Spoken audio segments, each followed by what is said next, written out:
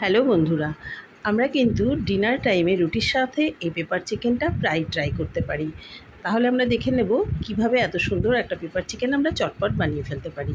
আমি প্রথমেই দুটো লেবু কেটে নিয়েছি আর মাংসটাকে খুব ভালো করে ধুয়ে নিয়েছি। ধুয়ে নিয়ে লেবুর রস দিয়ে আর নুন দিয়ে প্রায় 1 ঘন্টা মতো ম্যারিনেট করে রেখে দেব। আর এইদিকে একটা পেপার মশলা তৈরি করবার জন্যে আমাকে নিয়ে নিতে হবে লঙ্কা, জায়ফল, জয়িত্রী, দারচিনি, লবঙ্গ, এলাচ, গোটা ধনে, গোলমরিচ, এই সমস্ত কিছু। আর তার সঙ্গে অবশ্যই নিতে হবে বেশ কিছুটা পরিমাণে মৌরি। সব এগুলো চিকেনের পরিমাণ অনুযায়ী নিতে হবে। তারপরে এগুলোকে আমি একটু কড়াতে হালকা করে টেলে নেব। উষ্ণ গরম করে নিয়ে এটাকে আমি মিক্সিতে পেস্ট করে নেব।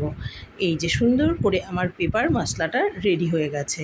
এদিকে আদা আর রসুন পেস্ট করে নিয়েছি আর বেশ 5টা মতো পেঁয়াজ আমি কুচিয়ে নিয়েছি। এদিকে কড়া বসিয়ে দিয়েছি, কড়াতে তেল গরম হতেই কড়াটার তেলটা চারদিকে নাড়িয়ে নিলাম, নিয়ে দিয়ে দেবো পেঁয়াজ কুচোনোগুলো। বেশ সুন্দর করে পেঁয়াজ কুচোনোটার সঙ্গে একটু নুন মিশিয়ে দিয়ে দেবো আমি ব্রাউন করে ফ্রাই করবার জন্যে।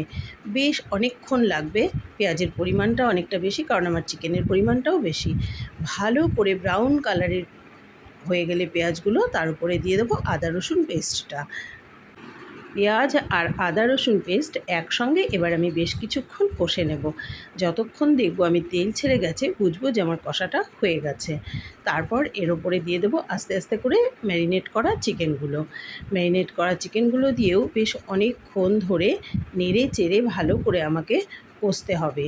আর এটাতে কালারের জন্যে দিয়ে দেবো হলুদ গুঁড়ো, আর ঝালের জন্য দিয়ে দেবো বেশ কিছুটা কাঁচা লঙ্কা কাটা।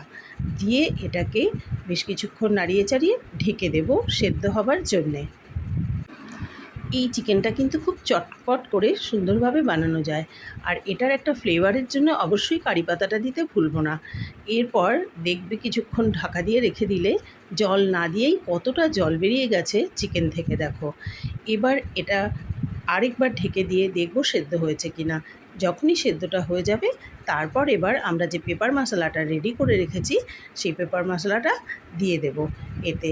দিয়ে খুব সুন্দর করে নেড়ে চেড়ে আবার এতে কিছুটা কারি পাতাও দিয়ে দেব আর কাঁচা লঙ্কা চিড়ে দিয়ে দেব প্লেটিংয়ের জন্যে।